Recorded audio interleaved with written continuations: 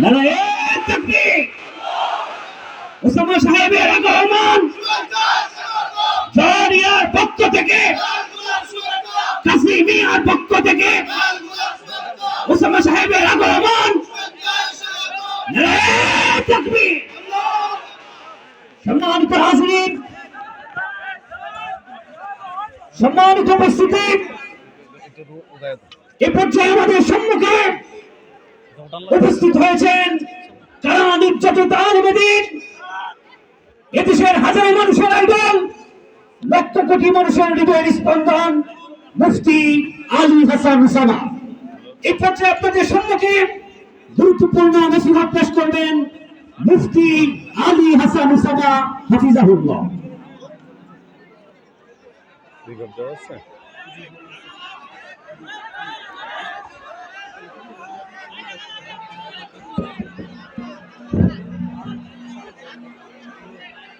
السلام عليكم ورحمة الله وبركاته. الحمد لله وحده وكفى وسلام على عباده الذين اصطفى. أما بعد فأعوذ بالله من الشيطان الرجيم.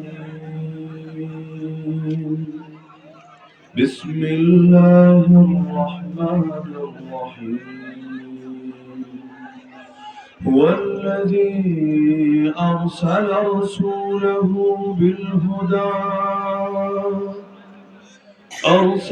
رسوله بالهدى ودين الحق ليظهره على الدين كله وكفى بالله شهيدا. وقال النبي صلى الله تعالى عليه وسلم: إن الله زوالي الأرض فرأيت مشارقها ومغاربها وإن ملك أمتي سيبلغ ما زوي لي منها. وقال أصحاب محمد رضي الله عنهم: نحن الذين بايعوا محمدا على الجهاد ما بقينا أبدا. آمنت بالله صدق الله العلي العظيم وبلغنا رسوله النبي الكريم. জামিয়া কাসিমিয়া ইমদাদুল উলুম জোয়ারিয়া মাদ্রাসার পক্ষ থেকে আয়োজিত আজকের দশম বার্ষিক ইসলামী মহাসম্মেলনের সম্মানিত সভাপতি মণ্ডলী, উপস্থিত আমার শ্রদ্ধেয় তাজ ওয়াজিবুল ইহতারাম হযরত উলামায়ে কেরাম, এলাকার গণ্যমান্য মুরব্বিগণ, স্থানীয় এবং দূরদূরান্ত থেকে আগত দিন দরদি কোরআন প্রেমী প্রিয় তাওহীদি জনতা এবং পর্দার আড়ালে থাকা মা বোনেরা, প্রথমে একটা বিষয় একটু দৃষ্টি আকর্ষণ করে নিচ্ছি। যারা মাঠে আছেন, যারা বাইরে আছেন, রাস্তায় হাঁটছেন, সবাইকে আল্লাহর ওয়াস্তে তওবা করে নিয়েন একটা গুনাহ থেকে। সেই গুনাহটা হলো কোরআন তেলাওয়াতের সময় চুপ থাকা ওয়াজিব এবং মনোযোগ দিয়ে শোনা ওয়াজিব। আজকে এই পিরিজপুরের ময়দানে গণহারে আমলটার ব্যতিক্রম আমল হয়েছে। তো কোরআন তেলাওয়াত মাঝখানে আমি একবার চেয়েছি যে তেলাওয়াতটা থামিয়ে দিব কিনা, এটাও আবার লজ্জাস্কর মনে হলো। তেলাওয়াত শুরু করে তেলাওয়াত থামিয়ে দেওয়া মাঝপথে, এটাও মুনাসিব হবে না। কিন্তু বড়ই লজ্জার ব্যাপার যে এত হাজার হাজার মানুষ, কিন্তু এই একটা মৌলিক মাসালা কেউ জানে না। যদি না জানে তাহলে কি এলেমটা শিখলো সারা জীবন জুড়ে? এত ওয়াজ মাহফিল শুনে, এত জুমার বয়ান শুনে যে কোরআন তেলাওয়াতের সময় অন্তত চুপ থাকতে হয়। কথা বলার জন্য সারাদিন তো পড়ে আছে। এই এতটুকু বেসিক নলেজ যদি সারা জীবন মাহফিল শুনে হাসিল না হয়, তাহলে মাহফিল শোনাটাই অনর্থক। এজন্য আমার অনুরোধ থাকবে, আল্লাহর রাস্তে তওবাটা করে নিন। এটা আমি কাউকে কষ্ট দেওয়ার জন্য বলছি না, তো তওবা না করলে আপনার আমলনামায় গুনাহটা থেকে যাবে। ইদা কুরিআল কুরআন ফাসতামিউ লাহু আনসিতু, রবের আদেশ এটা, যখন কোরআন তেলাওয়াত করা হবে মনোযোগ দিয়ে শুনবা এবং চুপ থাকবা, তাহলে কি হবে? লাআল্লাকুম তুরহামুন, রবের রহমত প্রাপ্ত হবা, রবের রহমত নাজিল হবে তোমাদের উপরে। কথা উল্টান, তার মানে যদি কোরআন তেলাওয়াতের সময় চুপ না থাকেন এবং মনোযোগ দিয়ে না শোনেন, রবের রহমত প্রাপ্ত হবেন না, উল্টা গজবে আক্রান্ত হওয়ার আশঙ্কা আছে। রব্বুল আলামিন আমাদের সবাইকে মাফ করুন এবং এই যে কোরআনের প্রতি অশ্রদ্ধা প্রকাশ পেল, এই গুনাহটা মাফ করে দিন। তো লম্বা চড়া কোনো আলোচনা করবো না, আজকের মাহফিলের আরো অন্য বক্তা বাকি আছেন, ইতিমধ্যে রাত 11টা অতিক্রম করেছে, আরো একাধিক মেহমান বাকি আছে। অল্প সময় আমি মৌলিক দু একটা বার্তা আলোচ করে আলোচনার ইতি টানবো ইনশাআল্লাহ। আলহামদুলিল্লাহ, বাংলাদেশের বুকে আন্দোলন সংগ্রাম তো বহুত হলো, রক্ত তো বহুত গেল, কিন্তু দুঃখের বিষয় মূল মিশনটা আজও পর্যন্ত বাকি রয়ে গেল। আল্লাহর জমিনে আল্লাহর দ্বীন আজও পর্যন্ত জিন্দা হলো না, মুর্দাই রয়ে গেল। সেই 1757 যখন নবাব সিরাজউদ্দৌলার পতন ঘটলো পলাশীর আমবাগানে, গাদ্দারের কবলে পড়ে, তারপর থেকে আজ 2024 এত দীর্ঘ সময় ধরে এক দিনের জন্য, এক সেকেন্ডের জন্য, এক মুহূর্তের জন্য আল্লাহর জমিন আল্লাহর দ্বীনকে জিন্দা করতে দেওয়া হয় নাই। আল্লাহর বান্দারা স্বাধীনভাবে আল্লাহর গোলামি করবে, আল্লাহর বন্দেগী করবে, সুযোগ দেওয়া হয়নি। এমনকি আল্লাহর গোলামের সুযোগ রাখেন, এই যে 71 থেকে 2024 এত লম্বা টাইম, বড় কষ্টের বিষয়। কত সরকার এলো আর গেল, আরে বেশ্যাখানাগুলোই তো বন্ধ করতে পারলো না, বেশ্যার দালালি থেকেই তো ফিরে আসতে পারলো না। কত বড় লজ্জার ব্যাপার যে স্বাধীনতার 53 বছর পর এসেও আজও পর্যন্ত বেশ্যাখানা খোলা থাকে এই সংখ্যাগরিষ্ঠ মুসলমানের দেশে, এই মসজিদের দেশে, এই মাদ্রাসার দেশে, এই লক্ষ লক্ষ মাহফিল হয় যেই দেশে, ওই দেশের মধ্যে এখনো পর্যন্ত লাইসেন্স দিয়ে, পুলিশি প্রটোকল দিয়ে এই মাদকের আড্ডাখানা, জুয়ার আড্ডাখানা, পতিতালয়গুলোকে সরকার পালে, সরকার পালে। এমনকি আজও পর্যন্ত পুরো দেশের অর্থনীতি চলে সুদের উপরে। কোন জিনিসটা চলে সুদ ছাড়া? ব্যাংকিং সেক্টর চলে সুদের উপর, শেয়ার মার্কেট সুদের উপর, বীমা সুদের উপর, বৈদেশিক ঋণ অধিকাংশ ক্ষেত্রে সুদের উপর। আমার আপনার প্রত্যেকের মাথা পিছু ঋণ আছে 1.5 লাখ টাকারও বেশি। এর মধ্যে পুরোটাই যে আসলে ঋণ নিয়েছে তা না, কিছু আছে আসল, কিছু আছে সুদ। ওই সুদে আসলে মিলিয়ে সংখ্যাটা 1.5 লাখও ছাড়িয়েছে। এমনকি এই যে আমাদের পকেটে পকেটে যে টাকাগুলো দিয়ে ভরে রেখেছে, এই টাকাগুলোকেও তো সুদের দলিলে পরিণত করে ছেড়েছে। বলবেন কিভাবে? এটা একটু জটিল। এই যে মনে করেন টিস্যু, হাতে একটা টিস্যু আছে, এটার দাম তো 2000 টাকার নোটের সমান নাকি? বরঞ্চ এটার দাম তো 8 আনাও না, এর চাইতেও কম। তাহলে এই যে পকেটের মধ্যে একটা নোটের নাম 1000, একটা নোটের নাম 500, একটা নোটের নাম 100, আসলেই কি কাগজটার দাম 1000 টাকা? জিন্দগি তো সম্ভব না। এইরকম বহু কাগজ জমায় যদি 1 কেজি বানাতে পারেন, দোকানে নিয়ে যান, গিয়ে দেখেন 1 কেজি কাগজের দাম কত। 1 কেজি কাগজের দাম কত হবে? 30 টাকা, 40 টাকা, এর আশপাশেই থাকবে, খুব বেশি ব্যবধান হবে না। তাহলে একটা নোটের নাম 1000, একটা নোটের নাম 500, একটা নোটের নাম 100। তাহলে এই দামটা নির্ধারিত হলো কিভাবে? আবার টাকার গায়ে লিখে দিচ্ছে, চাহিবা মাত্র ইহার বাহককে ব্যাংক টাকা দিতে বাধ্য থাকবে। তার মানে এটা টাকা না, টাকা ভিন্ন কোনটা। এটাই যদি টাকা হয়, তাহলে দিতে বাধ্য থাকিবে কোনটা? ছোটবেলায় বুঝতাম না। এটাই যদি টাকা হয়, তাহলে চাহিবা মাত্র ইহার বাহক। ধরেন আমি একজন বাহক, আমি টাকা নিয়ে গেলাম ব্যাংকের কাছে, ব্যাংক আমার 1000 টাকা দেও তো দেখি। বলবে, হুজুর এই যে আপনার হাতে, এটাই তো টাকা। কেন? এটা যদি টাকা হয়, তাহলে চাহিবা মাত্র বাহককে কোন জিনিসটা দিতে বাধ্য থাকবা তোমরা? ওইটার নাম কি? ওইটা কোন গোলালু? ওই জিনিসটা বুঝায় দাও আমারে। তাহলে বলবে যে টাকার পেছনে সোনা আছে, ঘোড়ার ডিম আছে। কতটুকু সোনা আছে কেন্দ্রীয় ব্যাংকে? যেই পরিমাণ টাকা ছড়ানো আছে পুরো বাংলাদেশে, এর বহুভাগের 1 ভাগ পরিমাণ সোনা মজুদ নেই কেন্দ্রীয় ব্যাংকে। তাহলে কি আছে? হ্যাঁ, কিছু ডলার হয়তো আছে, সেটা ভিন্ন আলাপ। তাহলে এই টাকাগুলো ব্যাংক থেকে ছেপে আপনার পকেটে আসলো কিভাবে? মনে করেন কেন্দ্রীয় ব্যাংক ছাপলো, ভালো কথা। ছেপে ছেপে কি রাস্তায় রাস্তায় বিতরণ করেছে? বিতরণ করলে ভালোই ছিল। আমরা সকালবেলা রোডের পাশে দাঁড়াতাম, আমাদের হাতে 50,000-এর এক বান্ডিল, 1 লাখের এক বান্ডিল দিয়ে যেত, এগুলো আমরা এলাকায় ছড়িয়ে দিতাম। এভাবে তো দেয় না। তাহলে ব্যাংক থেকে ছাপলো, ভালো কথা। আমার পকেট পর্যন্ত কিভাবে আসলো?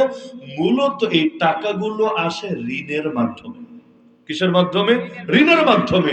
কেন্দ্রীয় ব্যাংক চেপে সে এটাকে ঋণ দিবে বাণিজ্যিক ব্যাংকে, মনে করেন উদাহরণ হিসাবে। আবার ওই বাণিজ্যিক ব্যাংকে আপনি যখন টাকা তুলতে যাবেন আপনাকে ধরাইয়া দিবে। দেখবেন কয়দিন পর পরে বিগত আমলে হতো খালি নতুন নোট আর নতুন নোট আর নতুন নোট, টাকা ছাপে আর জনগণকে ধরাইয়া দেয় সুন্দরভাবে। তাহলে এই টাকাগুলো আসে ঋণের মাধ্যমে, এবং প্রতিটা ঋণ ওরা করে সুদী চুক্তির মাধ্যমে। সুদ ছাড়া বাংলাদেশের ঋণ লেনদেন হয় না।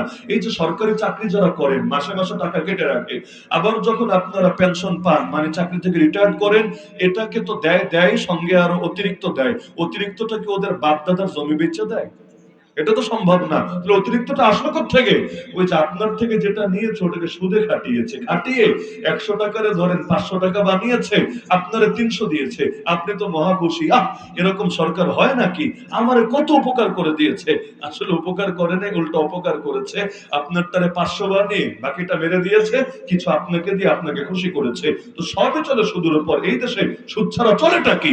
এমনকি আপনি একটা গাড়ি কিনবেন, দুদকে সে আপনারে ধরবে। কি ব্যাপার, গাড়ি কেনার পয়সা তুমি কই পেলা? বহুত বড় লোক এমন আছে বাংলাদেশে, একজন দুজন না, হাজার না, লাখ লাখ আছে যাদের নিজের পয়সা থাকার পরও ব্যাংক থেকে লোন নিয়ে গাড়ি কেনে, ব্যাংক থেকে লোন নিয়ে ফ্ল্যাট কেনে। কিসের জন্য? যাতে করে দেখাতে পারে আমি তো ভাই ফকির, আমি তো ভাই মিসকিন, এই যে আসলে লোন নিয়ে আমি জিনিসটা কিনেছি, লোন নিয়ে আমি সংগ্রহ করেছি। অথচ এর চাইতে বেশি টাকা হয়তো আর বালিশের চিপায় আর ঘরের বিভিন্ন চিপায় চাপায় আছে। সিস্টেমটাই এমন নষ্ট করেছে। ক্রেডিট কার্ড আপনি নেন ব্যাংক থেকে, অফার আর অফার। বিমানের টিকিট কাটবেন সেখানেও অফার, এটা করবেন সেখানেও অফার, ওটা করবেন সেখানেও অফার। আপনি সুদী চুক্তিতে জড়ান, আপনার জন্য অফারের শেষ নাই। আর আপনি হালাল তরিকায় করতে চান, আপনার ঝামেলা শেষ নাই। আমেরিকায় একটা বাসা ভাড়া নিতে যাবেন, যদি ক্রেডিট কার্ড থাকে আপনার আলাদা করে সিকিউরিটি মানিও দিতে হবে না, আপনার আলাদা করে কোনো পেরেশানিও করতে হবে না। আর ক্রেডিট কার্ড নাই আপনার, আপনি যাবেন বাসা ভাড়া নিতে, এই পরিমাণ সিকিউরিটি মানি লাগবে, ওর জন্য আপনার কিডনি বেচতে হবে, কিডনি বেচে তারপর আপনাকে সিকিউরিটি মানি দিয়ে বাসা নিতে হবে। তার মানে সিস্টেমটাই ধীরে ধীরে এমন করে ফেলছে, সুদ না খায়া যাবেনটা কোথায়? ক্যাশলেস সোসাইটি বানাতে চায়, মানে নগদ টাকা পয়সা নিয়ে ঘুরতে হবে না, সব মোবাইলে টিপ দিলে আর কার্ড ঢোকায় দিলে হবে। ভালো কথা, কিন্তু এগুলোর মধ্যে যাদের পকেটে পকেটে মোবাইল আছে আর বিকাশ আছে, আপনাদের প্রতিটা বিকাশে নিয়মিত চেক দিয়েন, দেখবেন কয়েক মাস পর পর আপনার অজান্তে সুদে শেয়ার হয়ে গেছে। প্রতিটা বিকাশে সুদ অ্যাড হয়, প্রতিটা বিকাশে। যারা ম্যানুয়ালি অফ করে নিয়েছেন, কাস্টমার কেয়ারে কল দিয়ে বা নির্দিষ্ট তরিকা অনুসরণ করে, তাদের সুদ আসবে না। বাকি শুধু পকেটের মধ্যে যারা বিকাশ রেখেছেন, আপনারাও সুদখোর।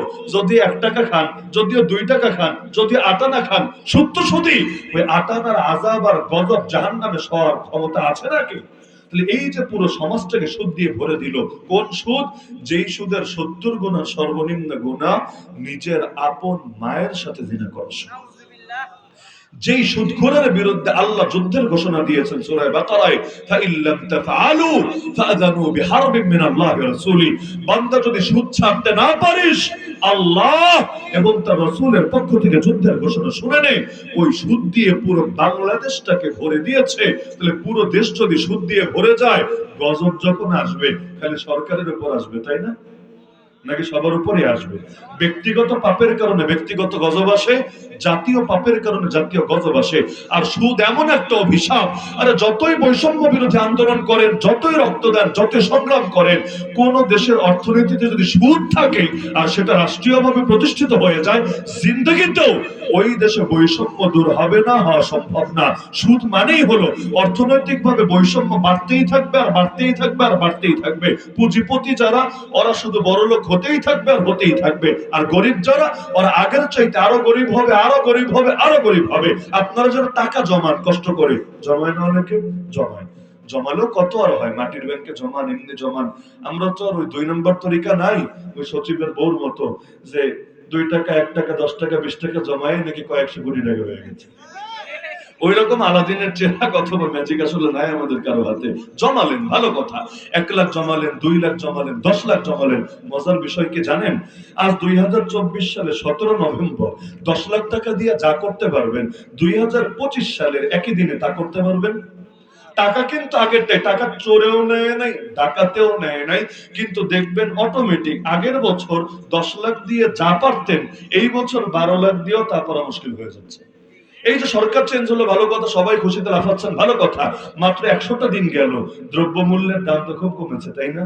যদি এটা বর্তমান সরকারের ব্যর্থতা আমি বলি না, কারণ সিস্টেম আগ থেকে এমন ভাবে পচিয়ে রাখা হয়েছে, এটা লাইনে ফিরতে বহুত সময় লাগবে। আর এদেরও ব্যর্থতা নাই তাও বলবো না, এদেরও আছে, আর আগেরটাও সঙ্গে অ্যাড হয়েছে। তো দেখা গেল এখন থেকে 1 বছর আগে যেই বেতন পেতেন, বেতন হয়তো এখনো তাই পান। অন্তত আপনাদের বেতন বাড়লো, মসজিদের ইমামের খবর নেন, মাদ্রাসার হুজুরের খবর নেন, মসজিদের মুয়াজ্জিনের খবর নেন। হুজুরদের বেতন কয় বছর পর পর বাড়ে জানেন? আদৌ বারে কিনা এটার খবর রাখেন? এখনো বাংলাদেশে এমন মসজিদ আছে যেখানে মুয়াজ্জিন সাহেবের বেতন 5,000 টাকা। তো বহুত বহুত বেশি বললাম, এর চাইতে কমও আছে, আমার নিজের জানা আছে। 2-3 হাজার দেয়, আর হুজুর একটু টিউশনি কইরা দেখেন না কিভাবে চালাতে পারেন, তাও আবার নিয়মিত না, 2 মাস 4 মাস 6 মাস বাকি থাকে। এই হলো বাংলাদেশের অবস্থা। অথচ টাকা আপনার একই টাকা যদি জমায় রাখেন, টাকা জমানো এক চরম নির্বুদ্ধিতা। কষ্ট নিয়েন না, টাকা জমানো এক চরম নির্বুদ্ধিতা। কারণ এই সমাজটাই এমন, এক সময় স্বর্ণ মুদ্রা ছিল, রৌপ্য মুদ্রা ছিল, কাগজের নোট ছিল না। ওই সময় টাকা জমালে 100 বছর জমালে লস ছিল না। কেন? এই টাকার যদি বাজারে অচল হয় তাও সমস্যা নেই, এটাকে গলায়া অলংকার বানায় ফেলবে, এটাকে স্বর্ণের দোকানে নিয়ে বিক্রি করে দিবে। স্বর্ণের দাম তো খালি বাড়ে আর বাড়ে, কমতে কয়বার দেখেন জীবনে? তো কাগজের নোট প্রতিদিন দেখবেন আগের দিনের চাইতে একটু মান কমে গেছে, আরেকটু কমে গেছে, আরেকটু কমে গেছে, কমে যাচ্ছে আর যাচ্ছে। একটা লোক মনে করেন 1 কোটি টাকা জমিয়ে রেখেছে 10 বছর আগে, আর আরেকজন লোক 1 কোটি টাকা দিয়ে জমি কিনেছে। আমারে বলেন তো আসলে কে লাভে আছে? বিশ্বাস হয়তো সবার, কে লাভে আছে? কেন? ওই জমি 1 কোটি দিয়ে কিনেছে, এখনই এই 10 বছরের মধ্যে দেখা যাবে 2 কোটি 3 কোটি টাকা হয়তো দাম হয়েছে। অত যদি নাও হয় 1.5 কোটি 1 কোটি 80 তো কম গিয়েছে। আর যে আল্লাহর বান্দা 1 কোটি জমিয়েছে, ওর টাকায় তো বাচ্চা দেবে না, নাকি টাকাও প্রেগনেন্ট হবে? এই সম্ভাবনা তো আর নেই, ওর টাকায় তোর বাচ্চা দেবে না। টাকা যেমন ছিল তেমনই আছে, তেমনই থাকবে। অথচ 10 বছর আগে এটা দিয়ে যা করতে পারতো, আজকে তার ধারে কাছেও করতে পারবে না। এই যে শুভঙ্করের ফাঁকি চলছে, এটা তো সাধারণ মানুষকে বুঝতেও দেয় না, কারণ সাধারণ মানুষ বুঝলে ওদের ভণ্ডামি থাকবে না। ওরা লোভ দেখায়, ওরা উন্নয়ন দেখায়, ওরা উন্নতি দেখায়। অথচ আল্লাহর কসম করে বলতে পারি, যেই দেশে সুদ থাকে, সুদ চলে, ওই দেশে টাকাওয়ালাদের লাভ, পুঁজিপতিদের লাভ, বড় বড় শিল্পপতিদের লাভ, ব্যবসায়ীদের লাভ। আমার আপনার মতো সাধারণ মানুষের কোনো লাভ নাই, পুরোটাই লস, পুরোটাই লস, পুরোটাই লস। এমনকি ওই ব্যাংকে যারা টাকা জমান, ব্যাংকে জমান যে আমার লাভ দিবে, কয় পার্সেন্ট দিবে বছরে, কয় পার্সেন্ট দিবে, তার একটা হিসাব মিলাই দেখেন। আমি শুধু আপনাদের বিবেকের কাছে প্রশ্নটা রাখছি, যারা ব্যাংকে এফডিআর করে রাখেন না অনেকে, বিশেষ করে পেনশনে যাওয়ার পর এত টাকা দিয়ে করবে নাকি, ভাবে সুদী ব্যাংকে রেখে দেয়, মাসে মাসে যা আসবে ওইটা দিয়ে সংসার চলবে, আর মূল টাকার জায়গায় থাকলো। তো মজার বিষয় কি জানেন? প্রতি বছর যদি আপনারে দেয়, মনে করেন 2% দিল, দেখবেন বাজারে দ্রব্যমূল্যের ঊর্ধ্বগতি 4% হয়ে গিয়েছে। মানে আপনার কাছে মনে হচ্ছে যে আমার তো 2% লাভ হয়ে গেল, আসলে আপনার মূল থেকেও 2% লস হয়ে গেছে। এটাই হলো তিক্ত বাস্তবতা। তাহলে সুদ দূর করা দরকার নাকি দরকার না? গোটা বাংলাদেশের 95% মানুষের হাতে অত টাকা নাই, বাকি 5% মানুষের হাতে যত টাকা আছে। এই যে যেই পরিমাণ টাকা পাচার হয়েছে বিগত 16 বছরে, ওইগুলা লিখতে জিরো কয়টা দিতে হবে মাথায় ধরে? খালি শুনে দেখেন যে মোট কত টাকা পাচার হয়েছে। বড় বড় ফিগাররা বাদ দেন, এক একটা পাতি নেতা, কারণ প্রধানমন্ত্রী কি পাচার করেছে এটা এখনো কেউ জানে না, বা আদৌ তার কোন অ্যাসেট কোথায় কি করেছে না করেছে জানে না। এক একটা পাতি নেতা বুঝেন, ওয়ার্ড পর্যায়ে, ইউনিয়ন পর্যায়ের নেতা পর্যন্ত এমন পাচার করেছে, হঠাৎ শুনলে মাথায় হ্যাং মারে। মানে এটা লিখতে আসলে শূন্য কয়টা লাগবে? 10টা না 12টা না 14টা, এরপর লিখে লিখে বোঝা লাগবে, ও আচ্ছা শূন্য হবে এই কয়টা। এই পরিমাণ টাকা খালি পাচারই করেছে। অথচ আমার আপনার মতো অধিকাংশ মানুষ সারা জীবন মাথার ঘাম পায়ে ফেলে রক্তকে পানি করে চোখেই দেখে না এই পরিমাণ টাকা একসাথে। এ হলো তিক্ত বাস্তবতা। আমাদেরকে তো বোঝ দেয়, কত বোঝ দেখেন না, গণতন্ত্রের ফজিলত কি? সকল ক্ষমতার উৎস জনগণ। শুনলে তো ভালোই লাগে, ক্ষমতার উৎস আমরা, তাহলে তো আমরাই রাজা, আলাদা একটা মজা না? কিন্তু ওরাই বলবে, যেই মুখ দিয়া বলবে ক্ষমতার উৎস জনগণ, যদিও ফালতু কথা। ক্ষমতার উৎস যদি জনগণ হয়, জনগণের থেকে মত কবে নিয়েছিল? আমাদের থেকে মত নিয়ে আইন কবে পাশ করেছিল?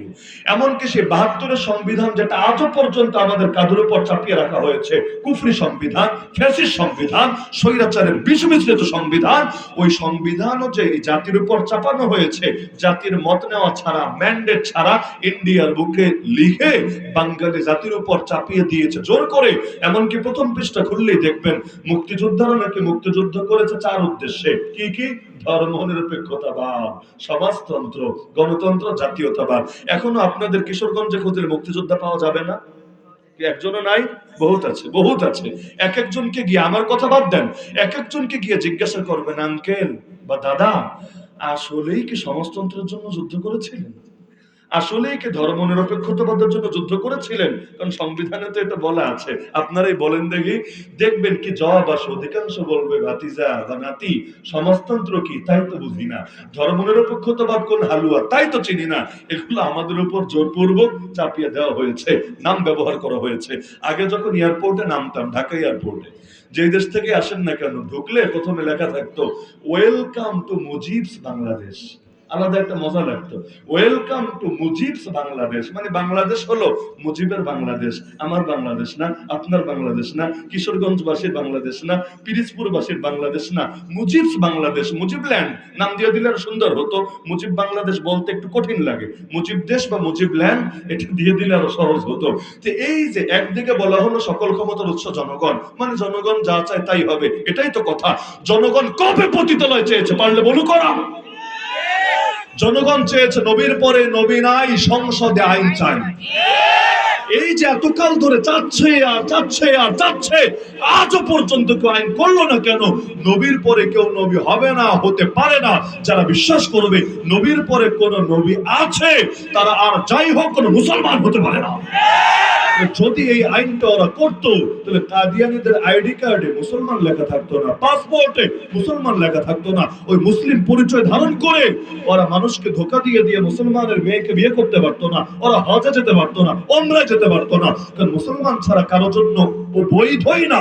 মক্কায় যাবে, মদিনায় যাবে, আরো উপদ্বীপে প্রবেশ করবে।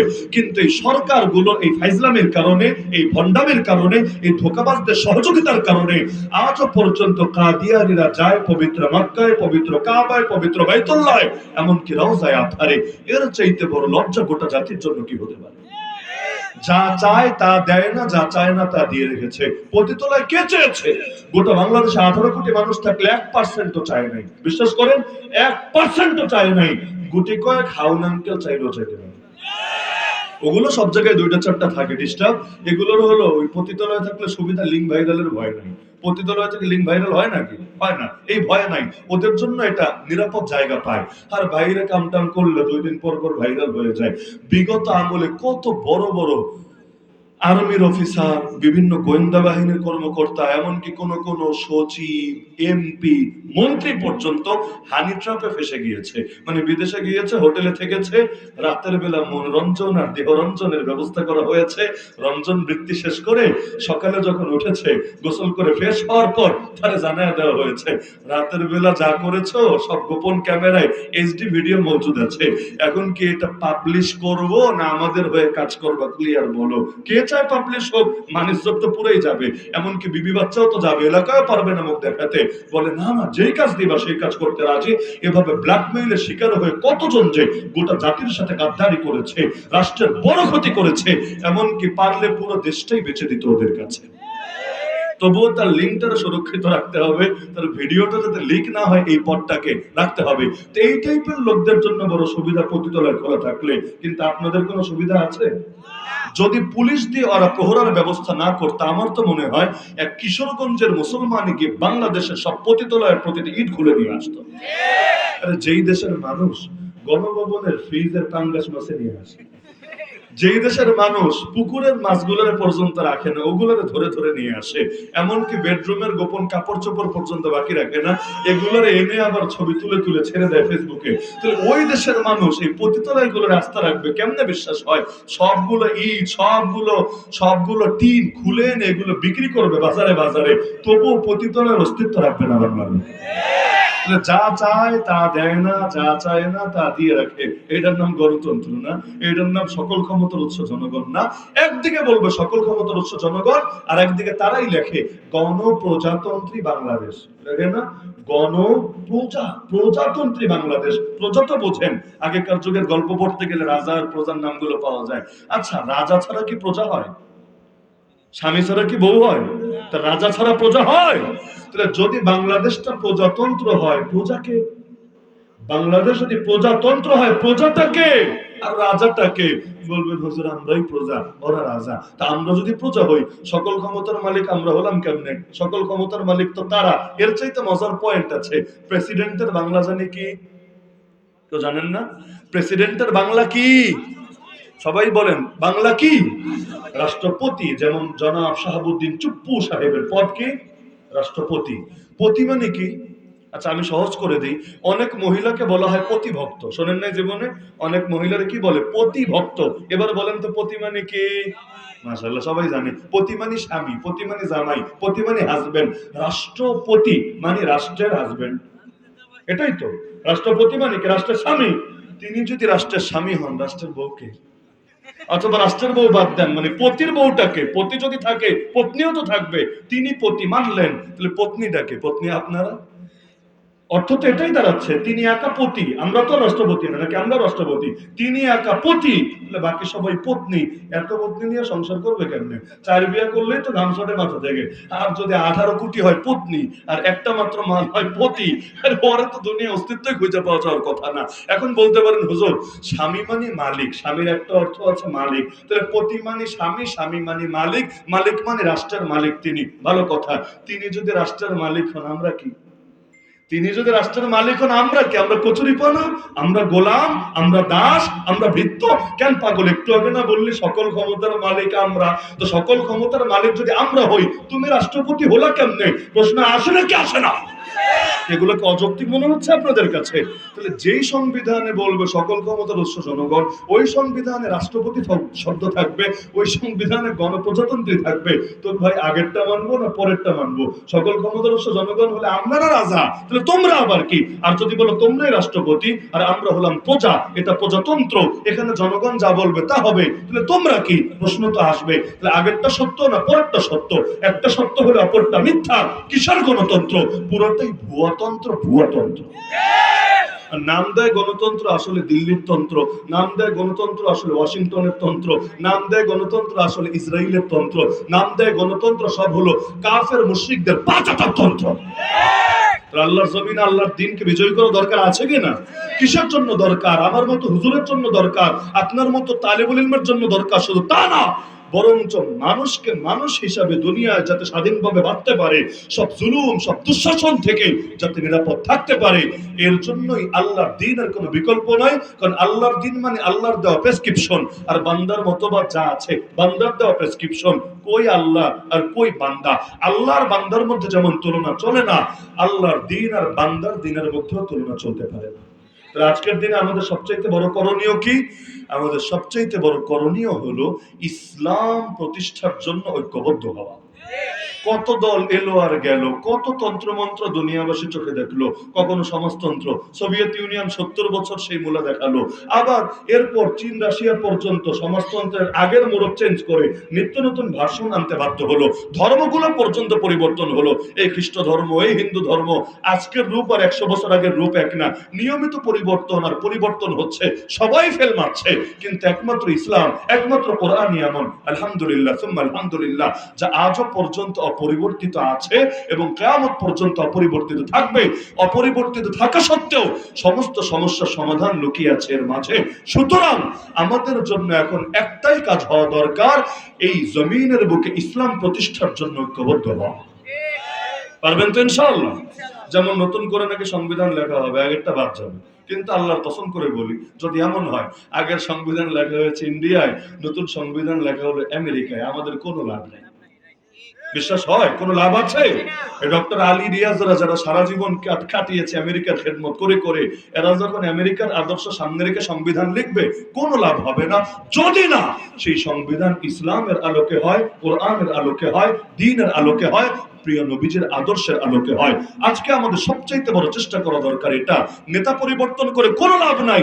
আরে নেতা যদি আমাকেও বানানো, আমাকে, কিন্তু আমি যদি গিয়ে প্রথম দিন শপথ নেই কুফরি সংবিধান হাতে রেখে, যে আমি শপথ করছি এই সংবিধানকে রক্ষা করব, এই সংবিধানের আলোকে দেশ চালাবো, এই সংবিধান দিয়ে পুরো বাংলাদেশের সব পরিচালনা করব, কি লাভ হলো? ব্যক্তি চেঞ্জ হলো, কিন্তু সেই একই মূলনীতি তো ঘুরে ফিরে পুরো জাতির উপর চেপে থাকলো।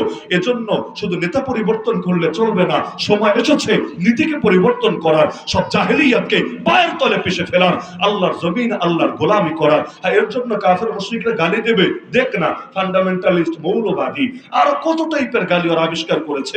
আর যা মনে চায় বলুক না, আমরা কারো গালির ভয়ে, হামলার ভয়ে, মামলার ভয়ে, জেলের ভয়ে, জুলুমের ভয়ে, ঘুমের ভয়ে, ক্রসফায়ারের ভয়ে, আয়নাগরের ভয়ে, ফাঁসির ভয়ে আল্লাহ দ্বীনের একটা বিধানও ছাড়তে পারবো না।